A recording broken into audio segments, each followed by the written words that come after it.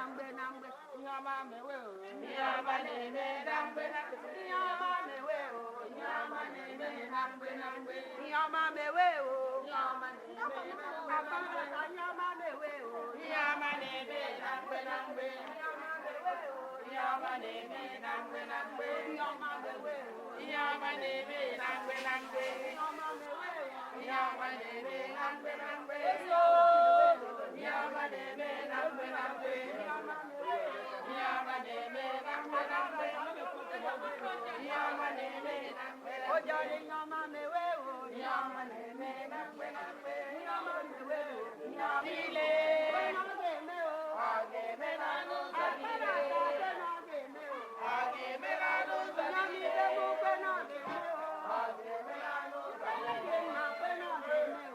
ageme na nuza ile ageme na nuza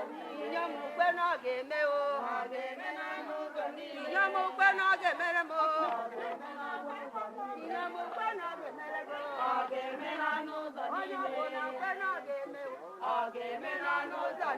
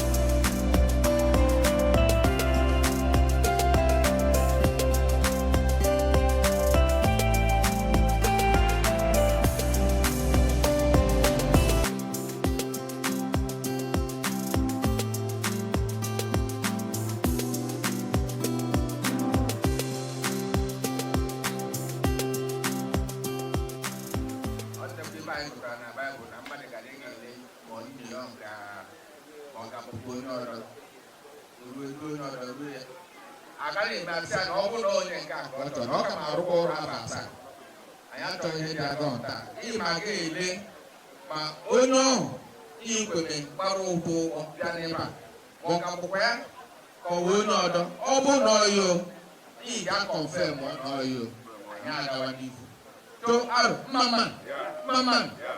nwaanyị ori ihe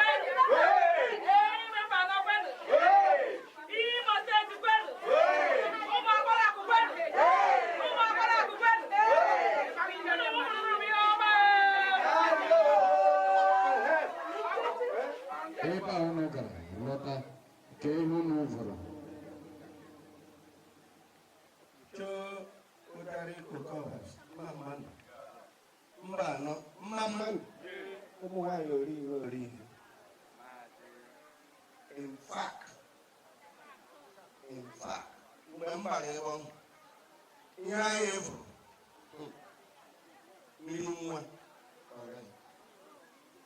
double flywheel original because you can.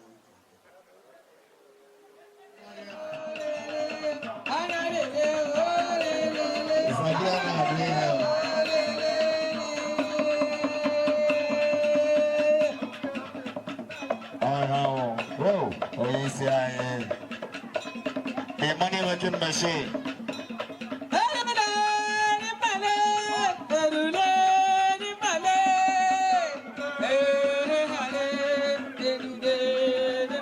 The BOT chairman. You are highly recognized. My own brother chairman. Special recognition.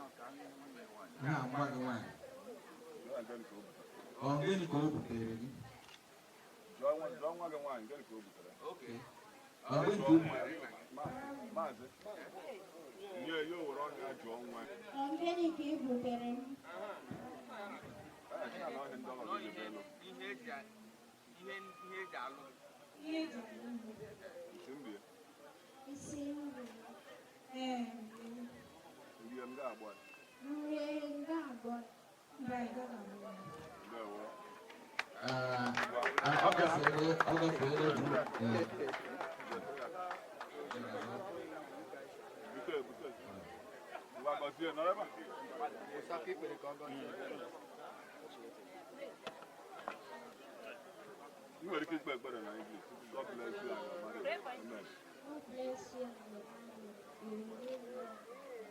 Amen. God bless you in your marriage. You will live well. You have all that we should have in marriage. Thank God.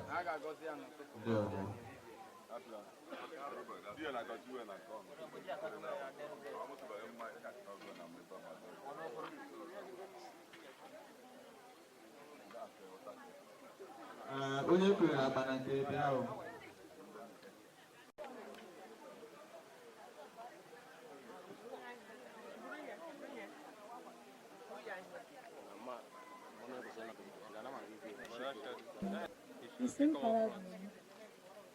Isimparabi nga agbo ya. Mba. Nga agbo ya. Mba. isi mpara ihe a bie a ga-aka nwa gị ma apa gị ya a ga-aka ma dịrị gị na mma ịma m nwoke mụọ nwaanyị a ga-ịza mete m na ndụ gị a ga-aka ụmụ gị na-emete gị mọda nke a ihe ụka a ga-akọ gị a ga-ịza mmere amara m na ụzọ n'ụzọ a ga-aka ma ama gị na ndụ gị ụmụ gị na-emete gị mọda na otu isi mete m ọ ga-adịrị gị na mma dịrị di gị na mma dịrị ebe ịbara imi dị na mma n'aha Jizọs Kraịst of Nazareth.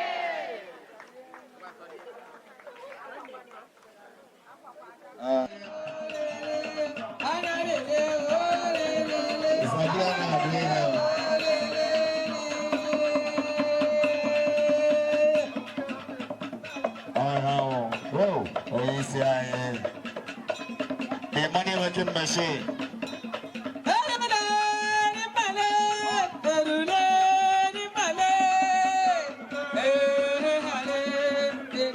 The beauty chairman.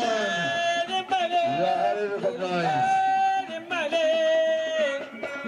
My own brother chairman. Special recognition.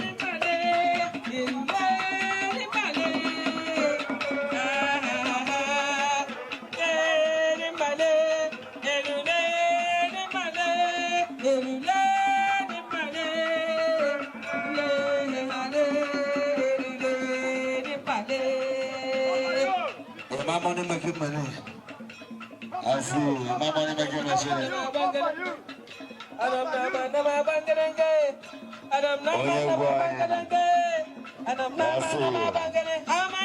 Bubble Dago. The beauty chair. Pretty much.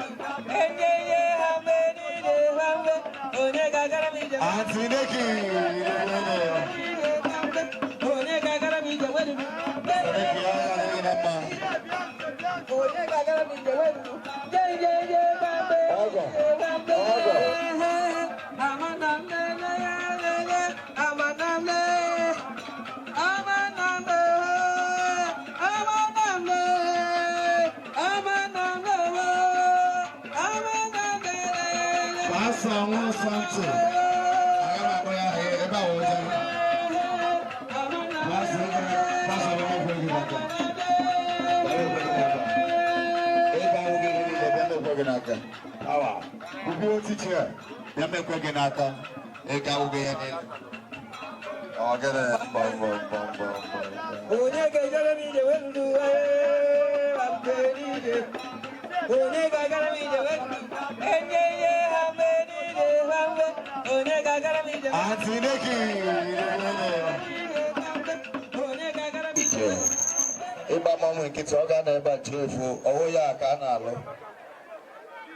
Thank you.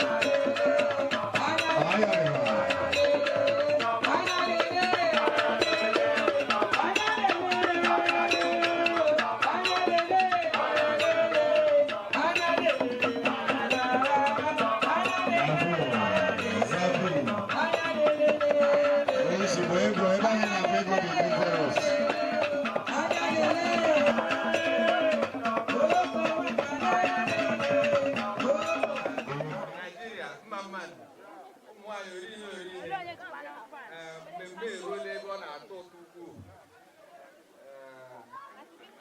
ama agbanyere nwa bebi ya mmanya aga o kwesịrị o were ga-achọ nna ya ndị ya ka ọkụ ọhụ oge arata ya ọtọ ọgwụ ukwuu aga were nke mmiri ahụ ọ ga-were kwatuo ọ ga-were chọọ dị ebi ka ọhụụ na ọ dị ka ọ dị atọ Oh, you look here.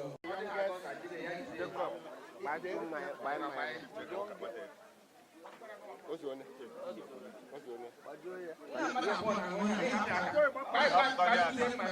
What's your name?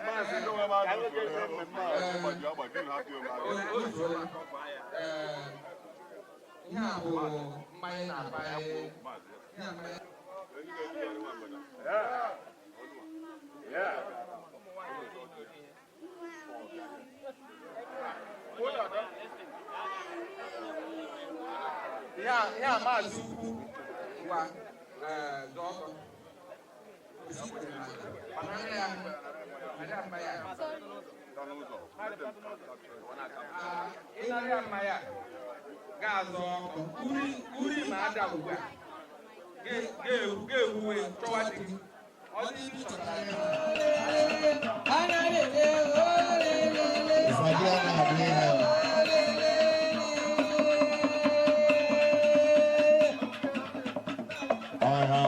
Whoa, oh, yes, yeah.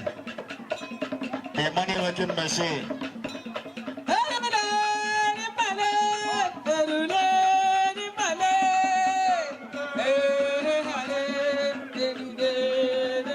The beauty chairman. You are highly recognized. My own brother chairman. Special recognition.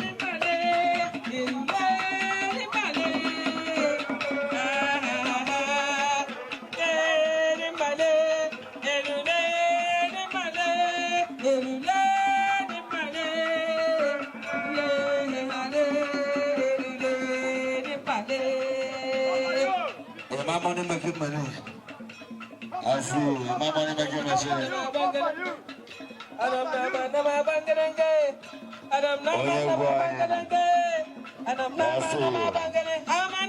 Double dagger. The beauty chair. Pretty much.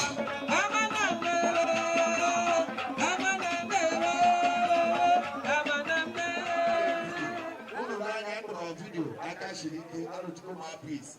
Me the phone, me the iPhone, me the earphone, me the nose phone. Money will credit, money will data. What am I also? I will get come any land and man.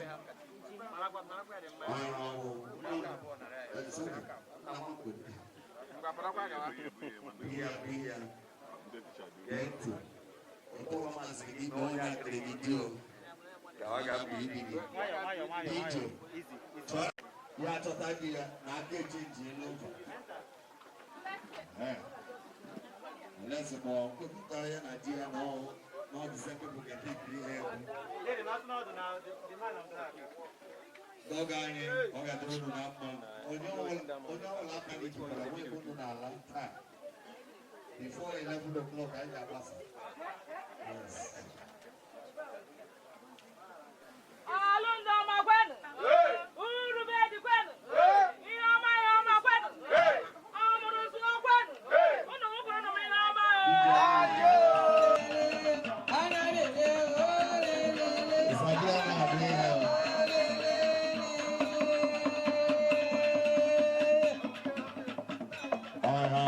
Whoa, oh, yes, yeah.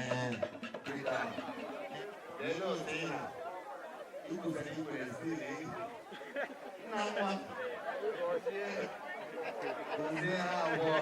Yeah, you're children. Marvin. Let me see what I'm about Marvin. Let me see what I'm doing. Hey, champion, because she's Thomas Zaka. That's the back.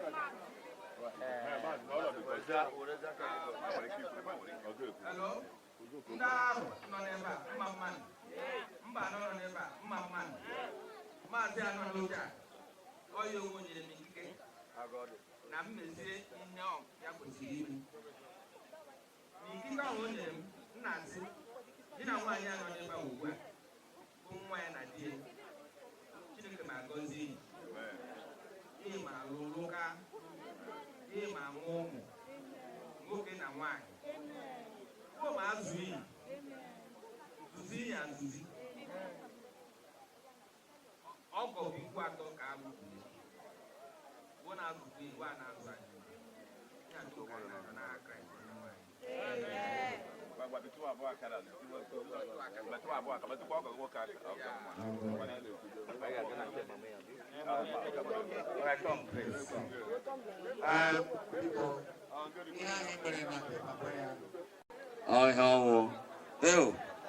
ọ na-adị mma ito ogologo ga lụọ nwaanyị dịtụ n'ọtọ gị na shoulder. Eji my own self ma.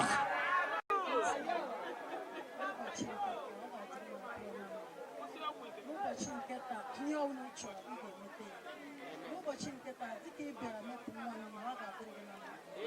Aga nwa ya mazụ mepụrụ n'ụbọchị nke taa ihe ụka ga-akọ gị. Ị ga-amụcha nwa m ga-ahapụ iwe gị ga-amụcha nwa m ga-enwe ego dọbọ ọbụla. N'ụbọchị nke taa ọ ga-adịrị mma n'ụtụtụ, ọ ga-adịrị mma n'ehihie, ọ ga-adịrị gị mma n'abalị. Chineke ma agọzi unu n'aha Jizọs. Ga-ekwenụ ntị onye ọbụla gee ntị mama ya gọziele ọga a sị na ọ bụrụ na ị dị mgbagụ na millions na ihe a ga-enye gị bilion.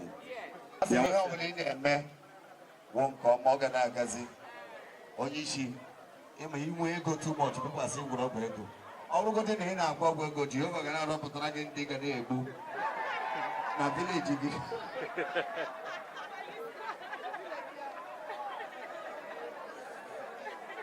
Alright, ụka mara abịa na vileji gị.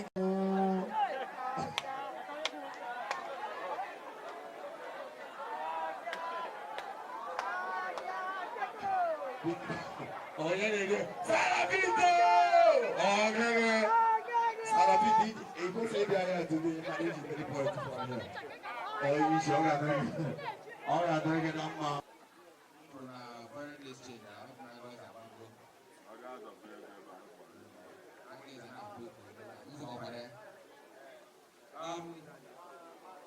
If they were getting $2 million,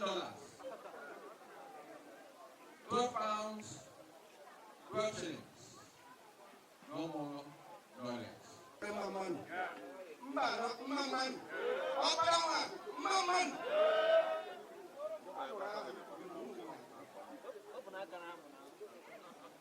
Biko, ụmụ nwaanyị ori ihe achọghị m ịdọ ya ọrụ. Anyị na-enye unu 3 million. 3 million? 3 million what?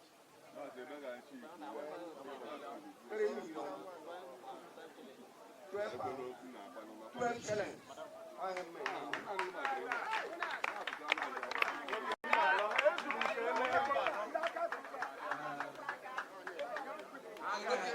Agaghị ha ukwu ọnụ gị ha ukwu na-asị gị 2 million gị si menye 3 million mekwaza gị ọ dịkwa ka mkpata ọgụ gị agha agaghị ha ukwu ịchọkwa gị eme ya ukwu ukwu ka m tụtanụ maazị Amini anọ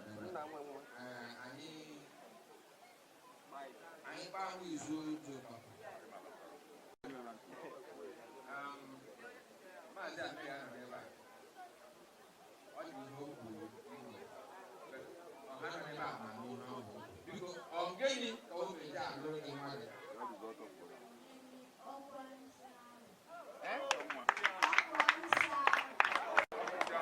ọ sị na o menye ya ọkwa isii ahụ atụgharịa ya ọ ya bụ 12 pounds 12 shillings onye anyị nọ na nke kwesịrị ịma na akọmbat ya na naira ihe o kwesịrị ịbụ ihe a na-ekwu ọkwa isi remains 25 naira 20 kobo. Unu ga-ekele ndị ọgụ ọkwa isi ahụ 25 naira 20 kobo. Ihe a na-eme ebe a ma greeting my MC ever. If I do not do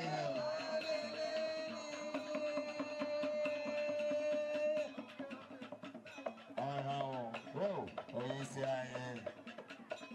the money making machine.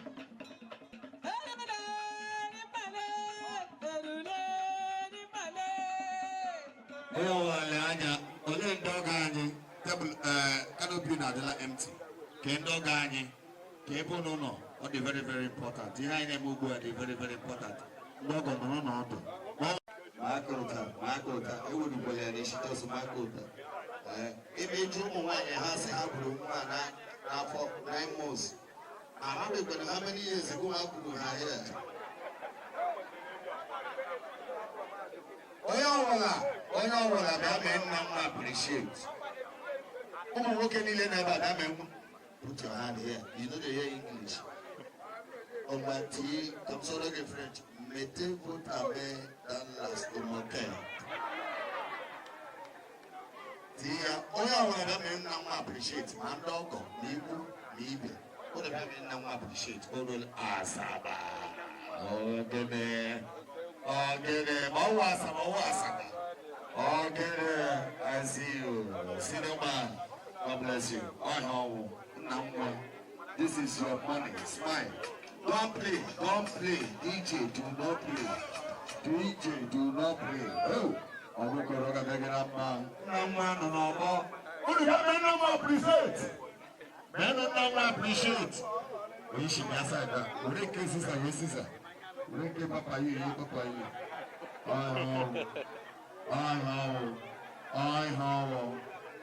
I know. Oga Bruce. ADAMAZI is very simple. In a way, not a way. Is in a way? Is it a way? Gaga. Masaga taking a man.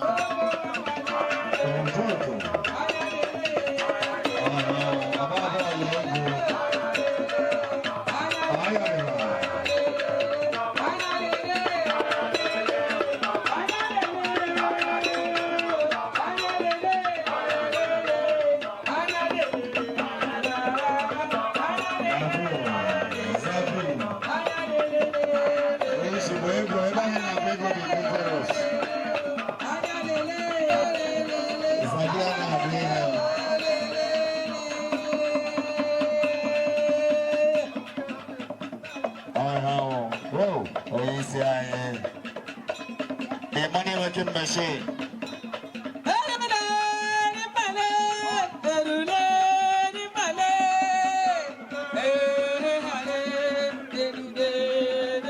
The BOT chairman.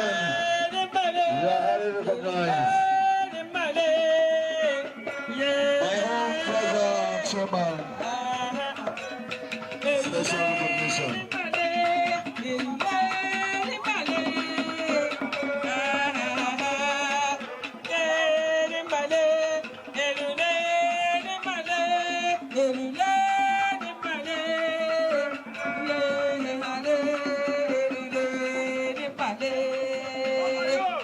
My money making money. I see. My money making machine.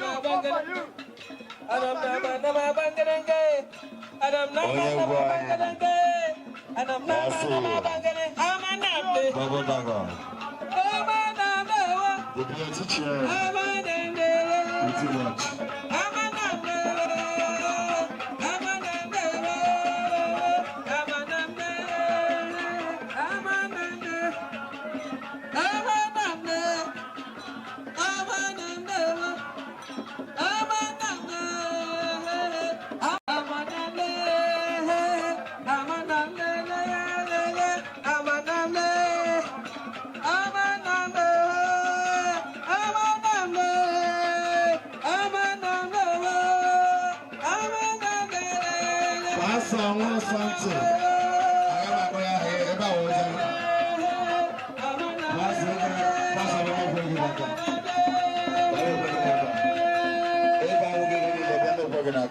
Power.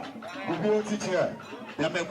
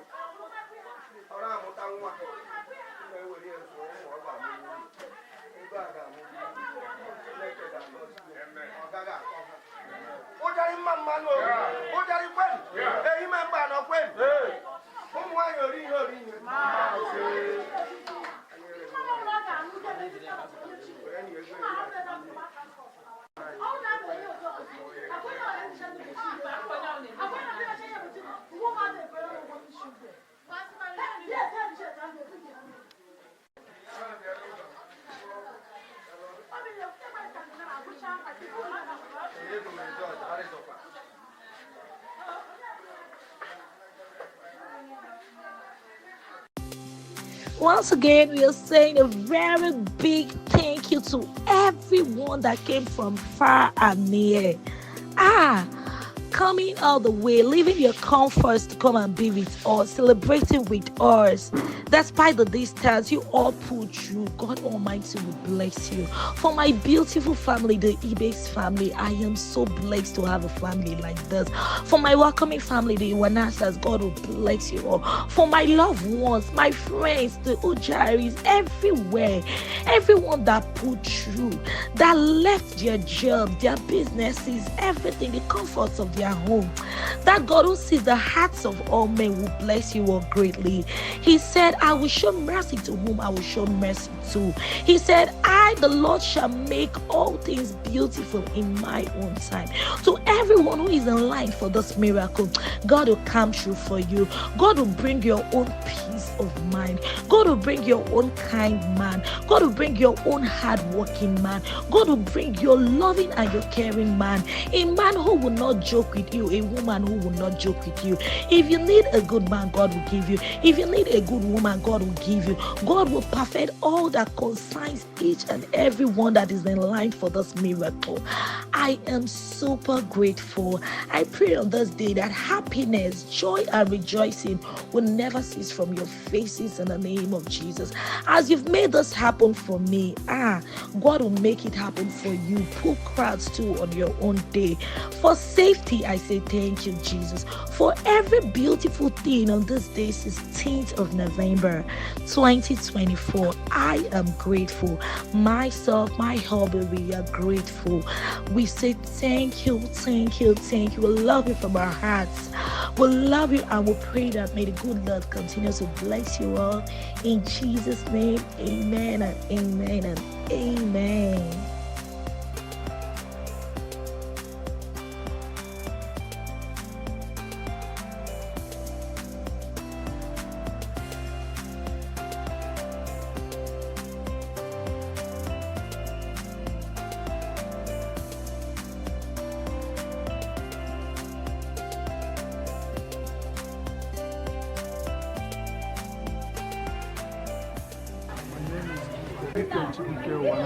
Okay. And today is my traditional wedding, as you can see. I think we are close already and we are planning to go back to different places. Honestly, I'm really happy. I thank God Almighty who made it successful. I thank everyone who attended to make it look like this. I didn't expect it, honestly. Marriage, they are talking about beautiful things. I'm a testifier of it, honestly. This one is a beautiful thing. And when you find the right one, I believe I found the right one. I believe I found love. Yeah. And I know, sure, that I found one, honestly. Because I have no, I can't tell anybody, but you will know the kind of woman you want and it's exactly what you want. So, today I thank God. Everything was successful. It will not be easy, but we thank God. Okay. Thank you everyone that came around. Thank you so much. Okay. Well, thank you. My name is Ibe. Sorry. My name is Mrs. Onyinyechii David. So yes, Yes, yes, yes. Thank you so much. Thanks to everyone that followed the celebration from far and near. God Almighty is going to bless you all and grant you your journey mercies in the name of Jesus. As you've come to rejoice with us, happiness will never cease from your homes in the name of Jesus. Amen. And trust me on this, my husband is a very kind-hearted man. He's a sweet man and a sweet soul. I'm super proud of him. Thank you. Thank you so much.